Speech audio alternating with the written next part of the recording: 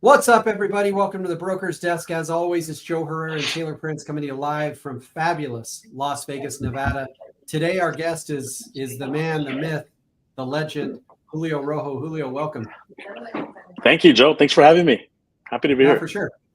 Yeah. So one of the things we want to talk about today, Julio, is in the Southwest United States specifically, but I think all over the country, there's a lot of the Hispanic homebuyer market is robust. It's powerful, but there are some unique challenges that market faces, just like any market in 2023 heading into 2024. Now you are the Imperial Wizard of the NAHREP. talk about NAHREP. Talk about your role with them. Before we get into some of the challenges and things they're facing, like what do you do with NAHREP and like what's your goal and mission there?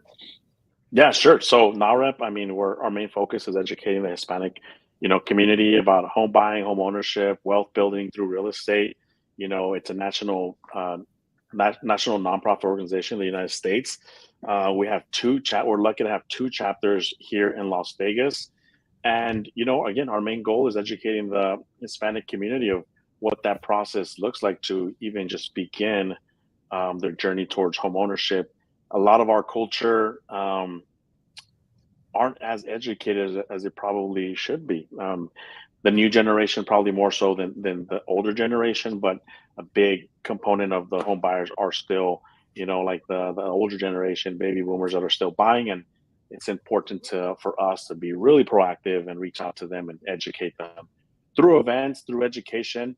And that's what we do. My role specifically is a director of education, but next year I'll be the director of marketing, and I think I'm going to have a much, much more direct role in putting out that content and information to, again, educate, empower our agents, right? Our professionals here in the local Las Vegas market to then go in turn out to the community and have some positive, outreach to our Hispanic community.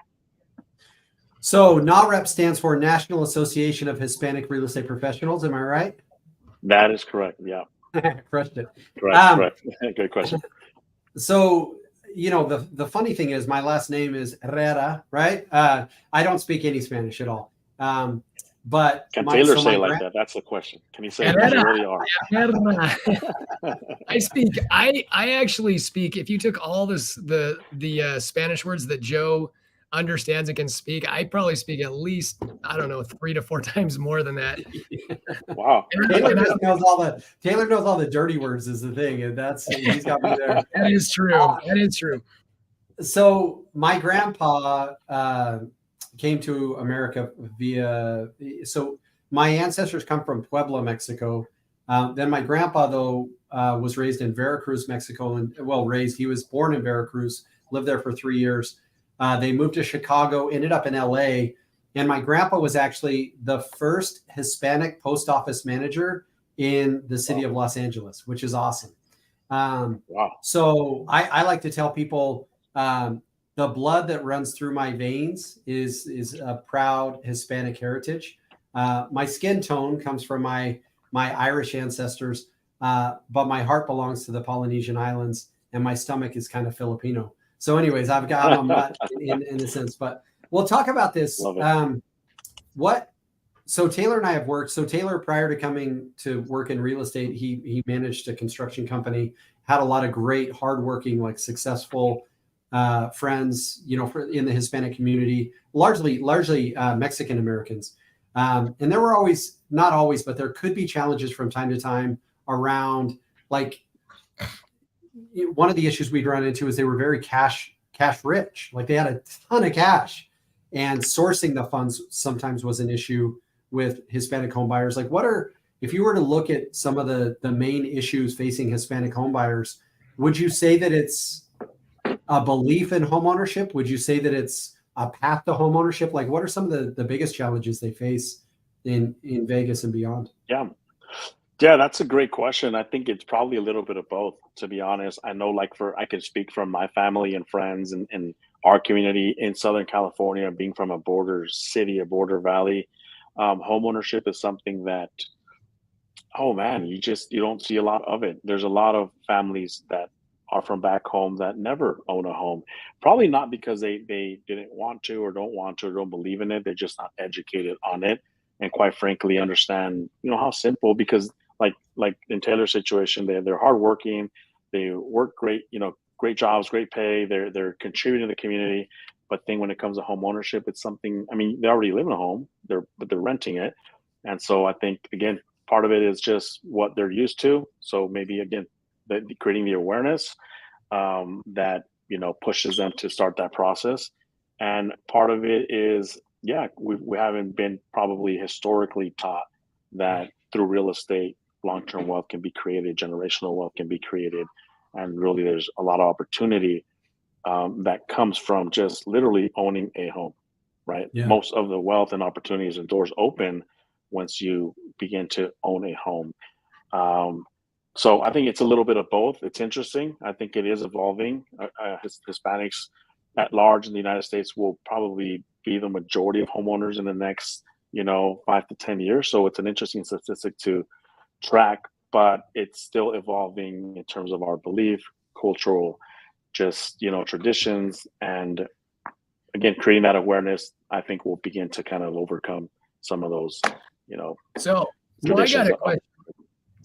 I got a question for you, Julio. Joe and I, back in, it must have been like 2007, we put together our best marketing foot forward. We came up with this idea that we wanted to really go after the Hispanic buyers and sellers in Las Vegas. And at the time I think it was World Cup was coming, and we came up with this we had a marketing guy with Telemundo that was coming up with this marketing campaign for us. And our tagline was going to be, "Si se puede." I think we can do it, right? Yeah. Si se puede.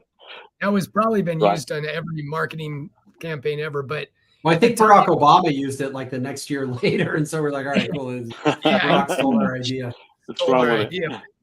But what is, for a guy, Joe and I don't speak Spanish, very little Spanish. We have a strong love for the culture, for the people, for the food. What is it that somebody that doesn't speak the language can do to really support and help the pathway to home ownership for that community and for friends, for people? What would you recommend? Yeah, I think the marketing venue is important. So I think at large, I think the Hispanic community, Telemundo, the trusted sources, Univision, Telemundo, events where they can be in person, right? Facebook and Instagram. I don't know the exact statistics in terms of that demographic, but like in the Hispanic culture, we use WhatsApp a lot, right? So not to say that, everyone's on Facebook and Instagram, but, Esme, hang tight. The mouse is connected over here. But so the venue, getting in front of people, because I think demographic, typically getting in front of people works a lot more. So even if you don't speak the language, that shouldn't stop you from pursuing and attracting those types of clients into your business. But I think the correct avenue is important. Radio still works, right?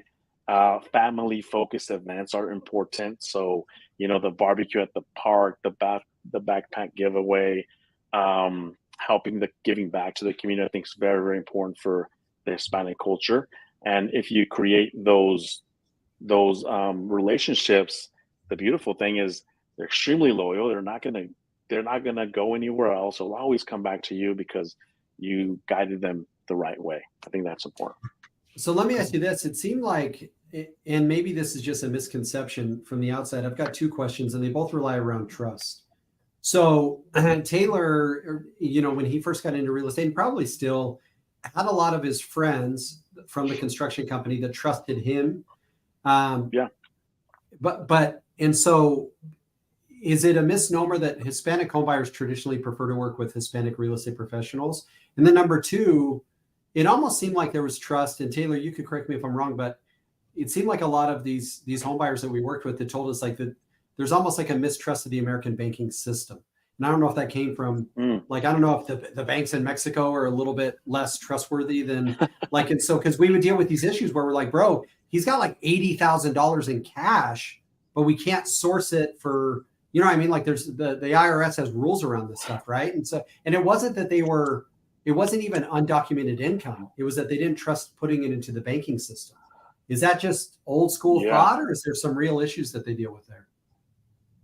That's a great question. I think it goes back to a cultural tradition. I know growing up, when I would ask my dad, for a couple of bucks for school or something, he would go in his room and then come out with like $5, right? Same thing with my mom and my grandma. And yeah, they didn't say, hey, let me go to the bank and cash it out. So I think it's just tradition. You keep it stored underneath the mattress. And that's probably the older generation, the newer generation. So I don't know if there's a mistrust with the banking. I think it's more just culturally that's what you did. But again, it's creating that awareness. Hey guys, you have to make sure we're keeping our taxes in line, right? You're reporting things, and this is why it's important. And here's the benefit for you, right? You'll own a home quicker. You'll get pre-approved a lot easier. It'll be less of a headache. So again, no, I don't think it's a mistrust, but I think it's just more of a tradition that they've just been accustomed to. I know if you go to my house and you lift the mattress, there's nothing there, right? Everything is in the bank. But if you go to my mom's house, my mom still, lives in Southern California. You probably will find someone under the mattress. So Find some Benjamins hid all no. over the place. Yeah. What about Yeah. From a cultural perspective? Like I would imagine if I lived in another country, like if I moved to South Korea, and there were like Americans practicing real estate there, and there were South Koreans practicing real estate. Like not from a racist standpoint, but I'd probably be like, dude, the American probably understands me, he understands my issues. I mean, is there something around Hispanic homebuyers wanting to work with Hispanic real estate professionals beyond the language barrier? I don't think so, because I was born in Mexico, but I was raised here, and then I quickly, became part of the American culture, served in the Marines. Like what the Hispanic culture is interesting, because in my experience, you meet someone in that community and they immediately trust you. You don't actually have to really build trust. The trust, we almost put the trust first, and then let the process decide if it's, well, that's what Ronald Reagan said. Trust but verify, right? Trust but verify. Like, So they trust you first. Yeah. So like if Taylor went up, and did an ad, and then he got in front of, a large Hispanic community, they would immediately trust him. Like he wouldn't have to really work very hard, because they trust you first. And then if you serve them the right way, then you have a loyal client for life, a loyal friend for life.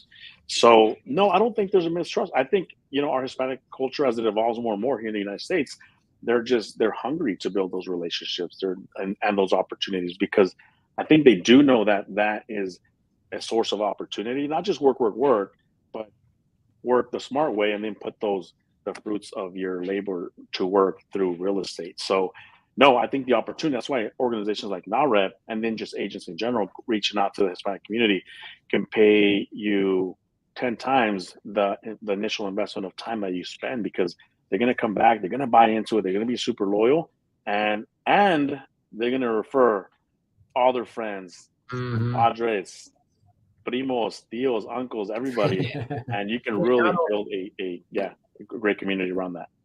Yeah, one of the things I noticed when I was working in land development is there was all these first generation Hispanics. I had like the Chilangos, I had the Tapatios, I had like the Flacos from Monterrey, like all these guys that I got to know their culture. And because I got to know the culture of it, it was almost that trust you talk about. It's almost a lot of them, I think, trusted me even more, because some of them as first generation immigrants to the country had been preyed upon by some of their own people. And, some of this stuff like invest, put your money here, kind of what Joe's talking about, banking systems and these schemes, because people were knowing that they were coming, so there was like a high level of trust with these guys, and they're still friends to this day. We still do business together. I think it's like anyone, you take care of them, earn their respect, you treat them right.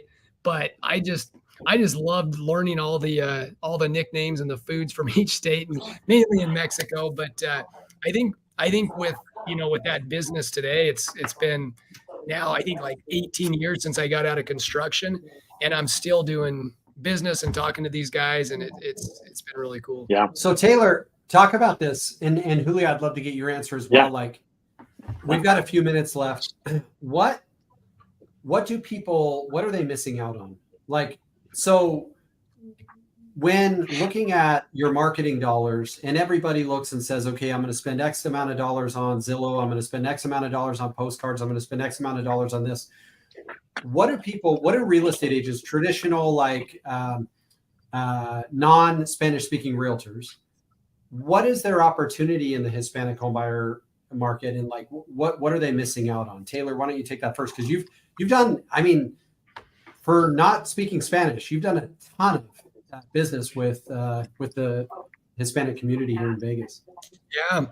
Yeah. I think one of the things that keeps people away is fear. They think, I don't understand the language, I don't understand the culture. They probably don't want to do business with me. But there's so much common ground there. There's so much now where, we're all Americans, we're all Las Vegans, and there's so much to love about their world and their culture and their food and their music and their gatherings and their, all the great things. There's so much commonality between our world and their world, and it's really one world. But I think my advice to anybody when approaching that is, people are people, but I think finding that common ground and finding all the beauty and all the wonder and all the greatness that exists within the Hispanic community, it's a very easy thing. And as you know, people, when you compliment their world and their language and their community and their culture, it just instantly adds that empowerment and that value. So I would say finding the common ground there, and also just building relationships of trust, and then getting those reviews. When you get a review on Google that says Ignacio Hernandez or something, and other people, and that's a question to you, Julio. Does the Hispanic culture even care about reviews? Do they read Google and Yahoo, all that stuff? But that's what I would recommend. Yeah, I think, if we talk about what we're missing out, especially here in Las Vegas, and not just the Hispanic community, but we're a melting pot of different communities in Las Vegas. Now, where I'm from, it's like 99% Hispanics, right? So everyone's Hispanic there, in El Centro and the Imperial Valley.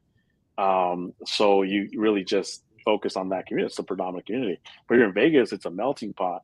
So you miss out on the opportunity, right? Now, we have, again, there's a whole variety of communities and cultures here in Las Vegas. So I think you limit yourself to maybe a certain segment of people or demographics. So if we're truly out to grow our business and our community, then yes, reaching out to as many people, and then trying to understand that their culture is important. Going to the events, I've been invited to past clients' baptism that were like, they were Ethiopian, and it was a whole different event. And I had to I had asked questions, and we drink their coffee and their teas, and you become one of them, right? And now you're getting referrals from their community and their culture. So that's a benefit, in my opinion, here in Las Vegas, to have all those different cultures that we can reach out to them and expand our business. And then when you do get those reviews, I think a certain segment probably in the Hispanic community do read them and use them as a gauge of whether they're going to want to do business with you. But probably more powerfully in the Hispanic community, at least, it's word of mouth is very important, right? If they had a great experience with you, their friend that refers you, like any referral, they're not going to think twice to call you and work with you and then refer you other people. So we miss out on the opportunity to work with a large community here in Las Vegas. So it's important to do that outreach, learn the culture, go to the events, and bring them into your world. I love it. Well, Julio, thanks for joining us. I know when Taylor and I, every once in a while, he comes up with an advertising campaign, and one he wanted to go with that I actually had to stop him. He said he wanted to do an ad campaign that said Taylor is the way, but he wanted to spell it G-U-E-Y. I was like, no, that's not what it. I had to tell him that's not what it means. But maybe we could still. Right. That would have got Taylor is the way. Like, a lot of. Oh yeah, we would have owned the market if you would have let me do that.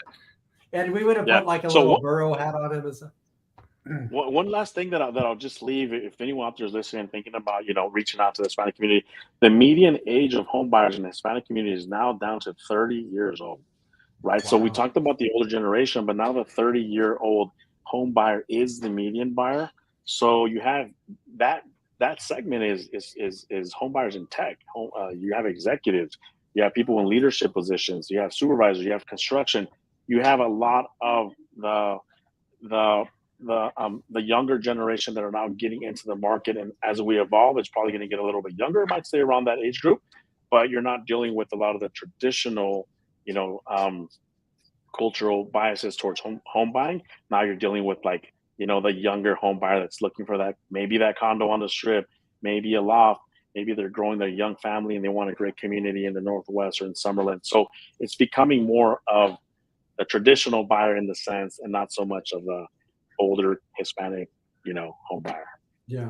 No, I love it, man. Well, thank you so much for hopping on, Julio. Love what you're doing with NowRed. Yeah, thanks, guys. Grateful to have you in our Thank you, world. Julio. And agents, you guys need to be paying attention to this. That market is huge, and it's going to continue to Absolutely. get bigger and bigger. And so there's so many opportunities. Maybe, maybe think a little bit more about your advertising concepts and what Taylor wanted to come up with that. But it's a market. He says ready. Yeah. He said, All right, well, thanks, let's guys. do it. Thanks, guys. All right. See